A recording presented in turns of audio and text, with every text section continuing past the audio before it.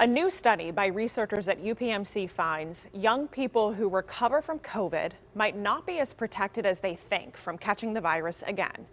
Researchers say young people under 30 showed lower antibody responses after recovering from a mild or moderate case of COVID than older people.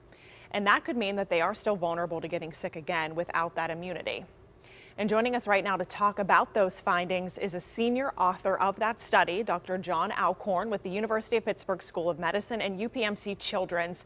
Thank you for joining us tonight, Dr. Alcorn. Thank you, Megan, for having me. So if you had to explain this study to someone in line at Giant Eagle, what would you say? Right. Well, we were really interested to try to understand how variable the immune response would be to less severe infection. A lot of studies have happened with people hospitalized already with COVID.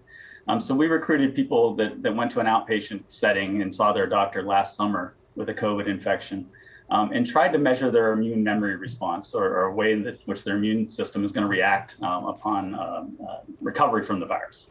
And to do that, we measured serum antibody levels. From those antibody levels then, we were trying to understand, do some people produce a lot of antibodies and do some people produce less antibody? Were you surprised by the findings when it comes to the age breakdown? Sure, yeah, absolutely. And we looked at several variables. We looked at patient sex, for example, because there has been some data that males respond differently than females. We didn't see that. We expected going in that likely older patients would probably have the lower response. However, the younger group, the 19 to 30-year-olds, definitely had the lower antibody response in our study. Now, when you say young people, can you describe what is young people and does this include kids? In this case, no, it doesn't include children. These were all adults that we looked at. There are some other studies in the literature that suggest that kids may respond differently than adults. But this is really one of the few studies that has looked at the young group of 20-year-olds, more or less, versus 30, 40, 50, 60, 70-year-olds. Mm-hmm. We've heard that the vaccine gives better immunity protection than the immunity you have after fighting COVID. Does this at all play a role in that? It can be.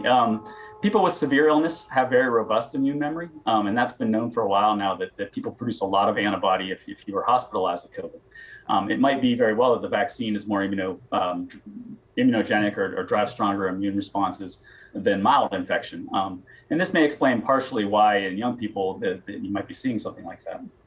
Now, if someone asked you, how can I take this study, the findings of your study, and use it to apply to my daily life, what would you say?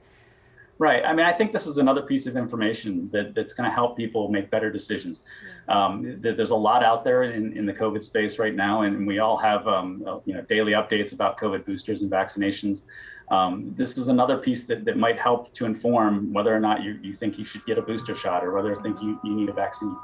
Is there anything else that you've learned from this study that maybe surprised you?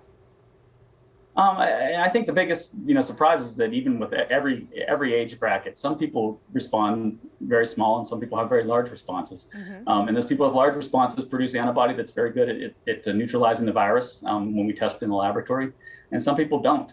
So it's hard to make blanket statements based on, you were sick or not, whether or not you have good protection.